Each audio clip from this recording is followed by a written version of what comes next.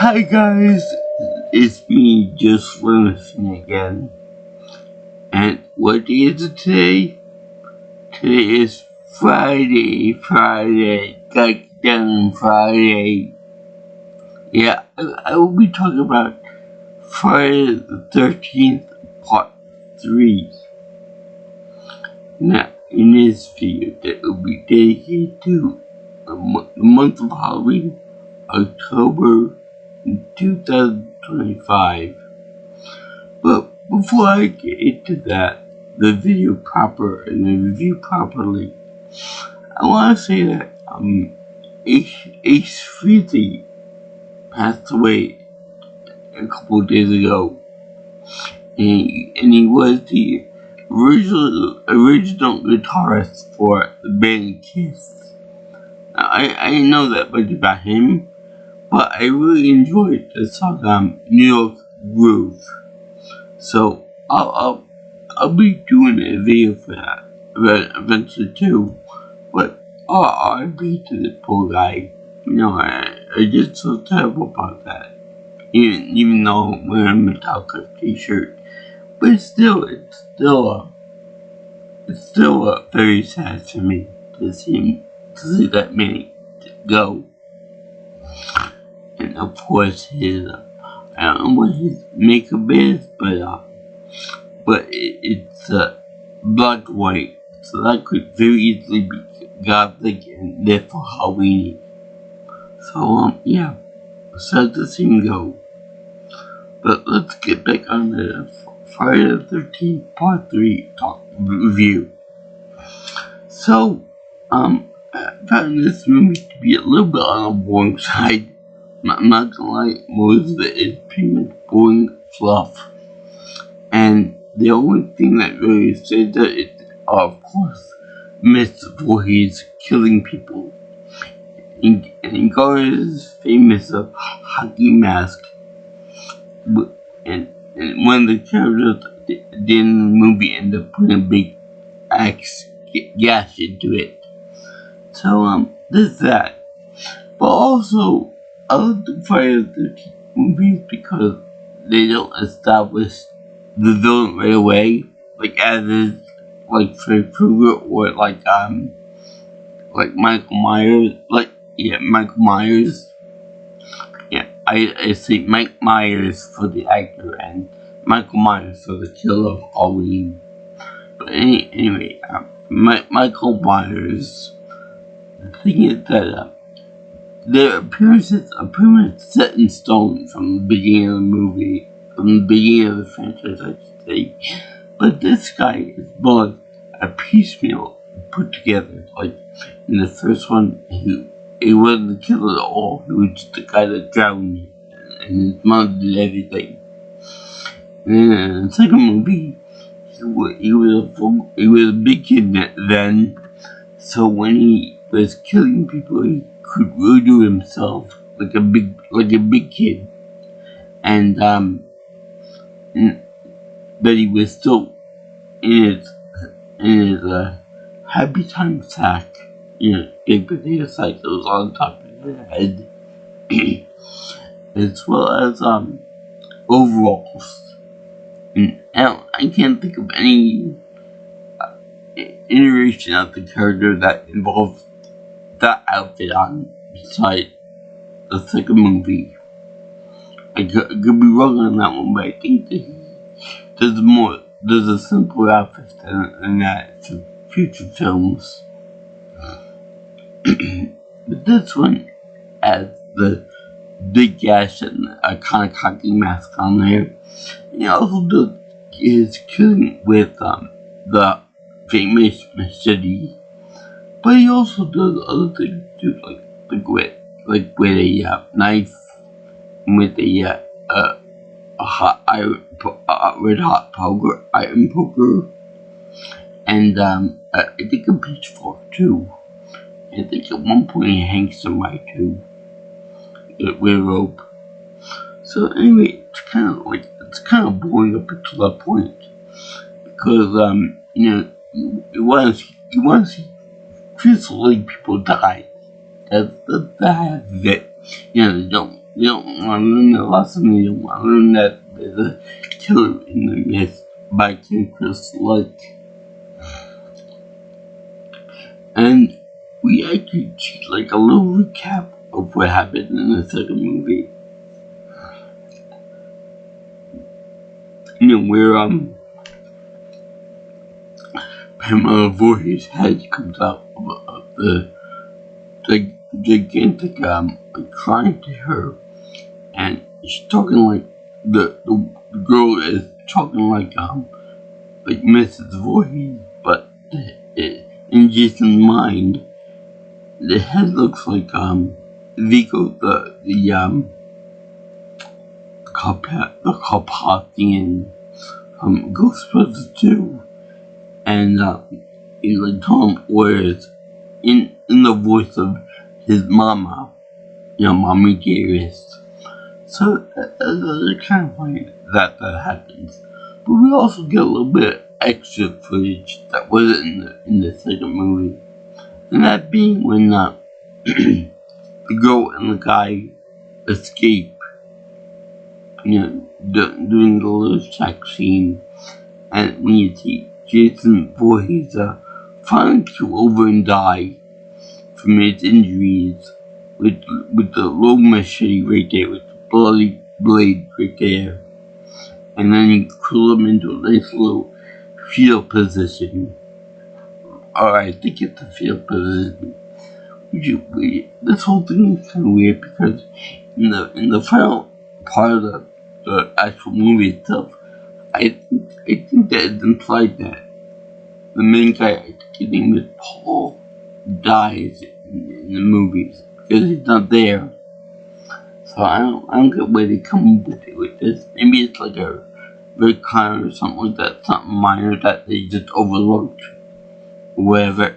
Or they could just probably figure, how can this girl with all the injuries move on out of the cabin? Whatever the case. But then we get the introduction, and then we get to see what kind of gimmick this movie has. Because there's a big gimmick with all the movies that end in 3. You got Jaws 3, you have this movie, you got other horror movies that involve the number 3. That being the 3D glasses, the 3D effect of it. That was a big thing in like the 80s. That you need the glasses to actually see stuff come out at you at the screen. And remember that they usually did it for like weapons and like blood and stuff like that, but they mostly kept it to the minimum in this movie because for the most part people wouldn't have glasses on, like something like movie theaters and in the rare instance where you had a 3D projector TV, which I don't have myself. So also I saw this movie on YouTube, and thank God I did, because they probably put the red lines in it, the red and blue lines for the 3D effect to take place. But thank God I didn't have that because it would be really obnoxious on the regular TV screen or something about it like that. So anyway, it was a real big pain. But you could tell where they've been to 3D to happen.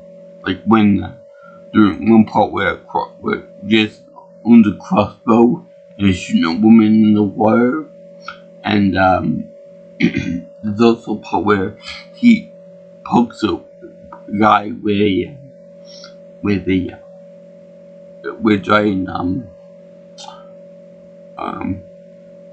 pitchfork, and you can see the effects on there. But for the most part, it's pretty basic. Like, he runs around and kills people and stuff, and then you hear the famous whenever Jason's close by. and it also speeds up whenever he's about to strike down someone. But yeah, let me take it this out way first. Whenever someone is about to die, they usually make love, or they try to portray that they're gonna have sex, in the movie. They never show any actual coitus on TV or whatever, or penetration, if you will. But it's still it's implied, that they have sex. Now, I want to ask you something about the rating and stuff like that. The fact that whenever you see nudity on a TV screen or on a movie or something, it kind of gets under my skin that women who are in movies and stuff, they can get away with showing everything on the breast except the nipple. And then it'd be like I think it'd be rated a PG-13 for that matter. But if they shoot the nipple, then it's a hard R. So I don't get why that is, If women in Hollywood went like this for the whole time and just showed everything but the nipples on the breasts, then it wouldn't be so bad on the ratings. Because they sometimes with the nipples, they get a harder rating, if you will. Men can do whatever they want. Men can show whatever toplessness they want and not get worried. Even pleasantly plump people, men can do that. But women, no. And the reason why I bring that up is because in this movie, I forgot what the rating on this movie is, but YouTube was able to show one woman with her nipple covered and not get any type of censorship for that. But the minute you were to bear something, it'd be a hard deletion or a black bar or something. Like when they show gore and stuff, like blur out the gore and everything, or cut away from it. So that's kind of, in my opinion. Let's see here. There's also a little scuffle with the biker gang boys. This guy is getting pissed off by being bullied by the biker gang guys, and he does take it on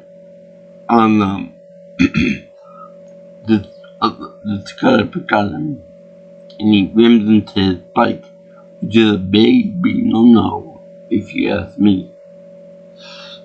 Never mess with a biker man's bike. Sometimes they actually love them more than their own partners do. So anyway, they love the bikes more than they love the human compatriots or sex partners. So anyway, this kid was driving Volkswagen Beetle, which I feel like kind of like a common trend in this type of movie in this day and age in the 80s. This movie came out in 82, by the way. 2 years after the original picture, which obviously cheaply made and all that. So anyway, I noticed that this vehicle has busted up windshield when the biker gang took care of it. And it's kind of funny that by the end of the movie, the windshield repairs itself. I didn't see any type of a repair montage or whatever, so I guess it must relate to either Christina or Herbie. I guess the two of them made whoopee beforehand, before this movie was made, and then made a possessed Beetle. But they get there at the end by Mr. Voorhees, which is funny because there's a town in New York called Voorheesville. Yeah, that in New Jersey, one or two places. But you got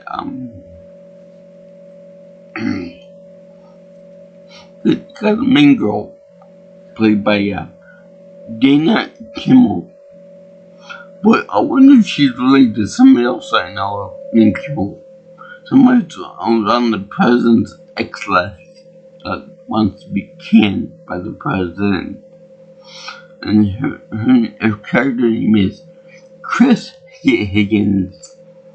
And she's very, very smart in this one because she actually does strike back at Jason with a knife, and the way she does it, like, she crosses over and over and over like this. And he backs away from her until he trips on something, and then she stabs him in the leg. Which is pretty bold of her, be striking down a big guy like that with a kitchen knife or something. And of course, there's the part where she runs him over with a car too. Very, very ballsy. And then she hangs him too by a rope. Very good, very good.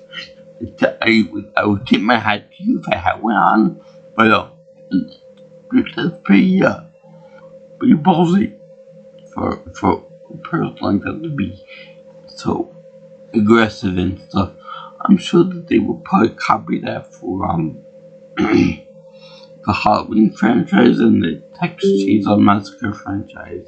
You know, with the girls in that movie, in those two movies, try to destroy the monster for the audience.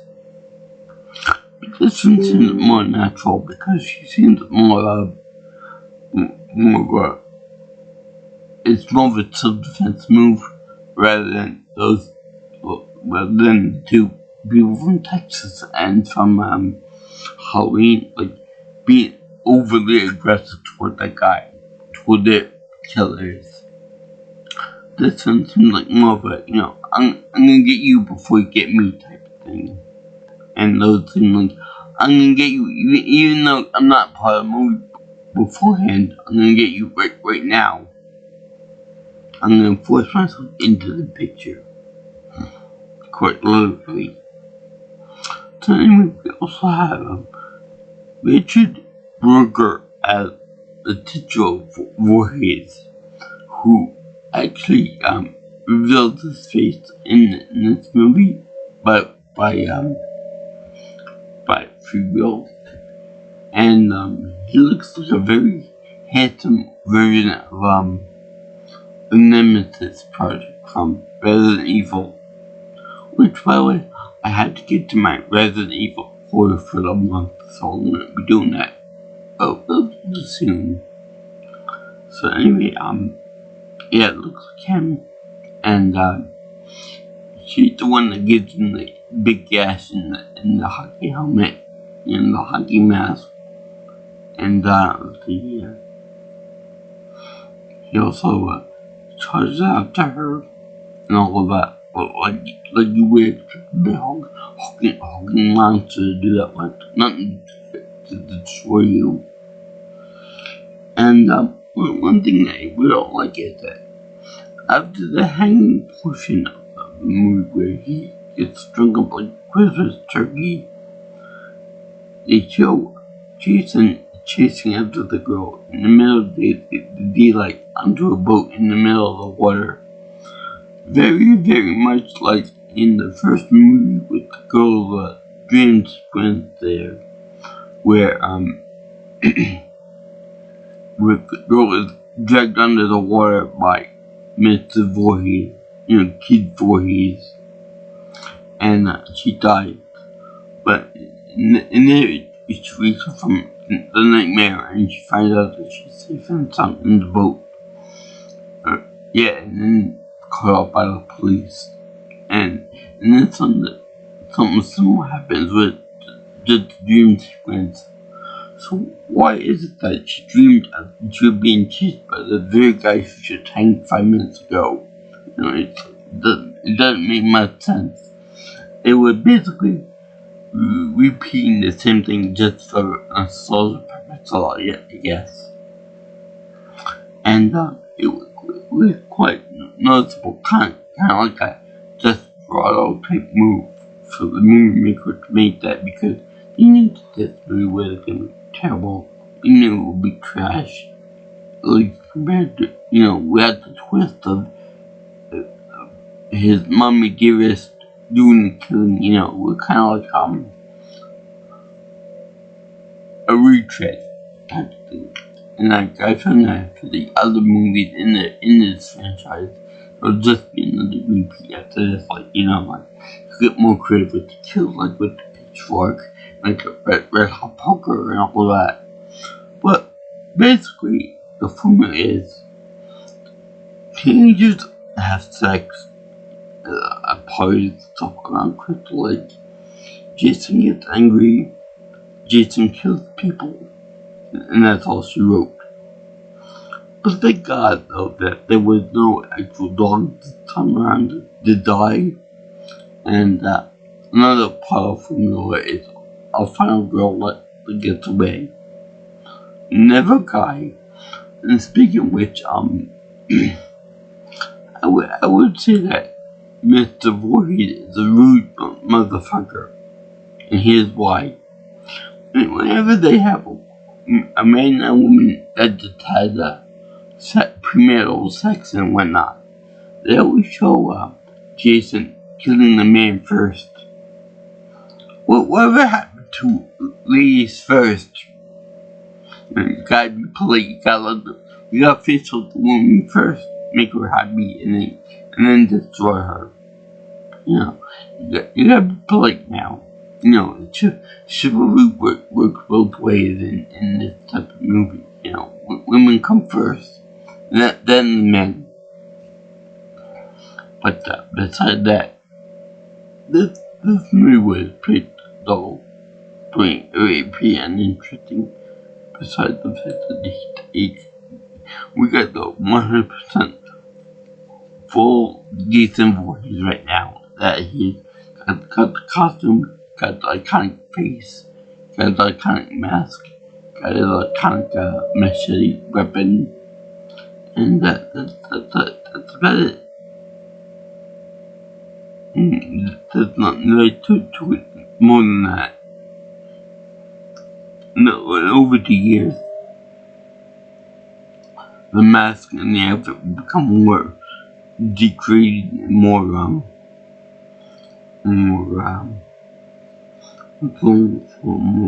worn and torn during the years. So there's something there. There's like this fresh look, fresh, crisp, and waiting to be destroyed. And I think that a few times gets more by a few bigger weapons, like explosions, etc. Which, by the way, in this forest, there's no big animals. There's no big creatures to try to attack Jason Voorhees. And every weapon that they used against him so far has usually been melee weapons, like bats and all that, or the occasional bladed weapons or poking weapons. And that's been about it. You would think that after 3 movies, they would change it up a little bit with a gun here and there, or maybe like I said, explosive or something of that nature. But no, you want to be kind of lazy on that too. So anyway, this movie's okay. Besides there is some excessive gore in this, like the blood is at one point Jason comes up to somebody with a butcher knife and gets him right over here in the chest area. Kills him, and the violence on there, of course, is hanging. There's a poker death. There's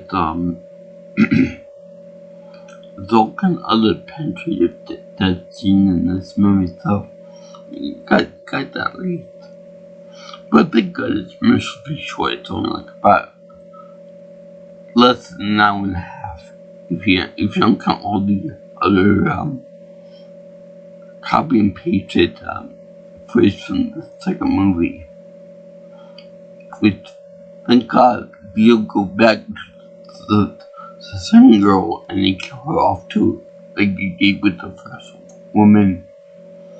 Also, I hope that it's not really a trend that they retread all the old footage from the previous movie in the next movie. So, like, I hope that they don't show the last minute or two in this movie in the beginning of the next movie when I see it next year. But for all, I would say it's a good movie. Not the best, but it's passable. I give it like a C+. Anyway, I thank you for watching my review of the movie Friday the 13th Part 3 without any 3D glasses, because let the public give me a headache. There was also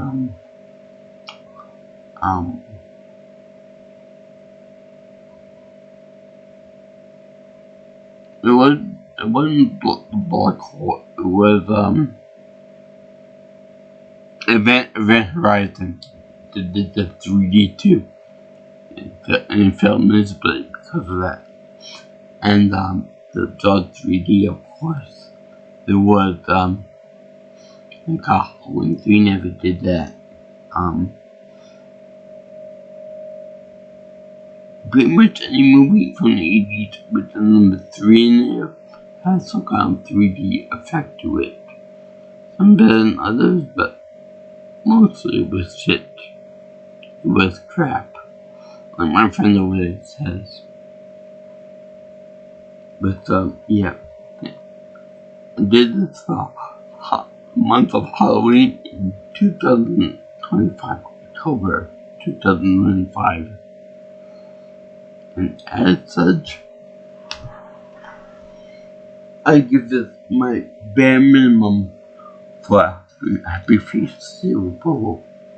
You know, because basically you see one on Friday the 13th movie, you see them all. There's not really that much in the department of original story. Here's the first one was basically the best one in the bunch so far. After that, some creativity with the kills and the weapons and the situations.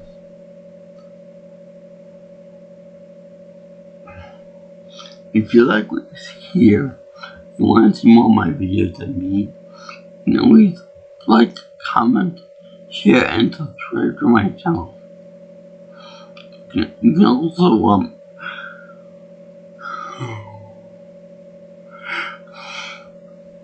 contact me for future information on my other videos by calling me or texting me at 631-707-3707, or you can follow me on Twitter or actually call that at Pete Nelson Pro.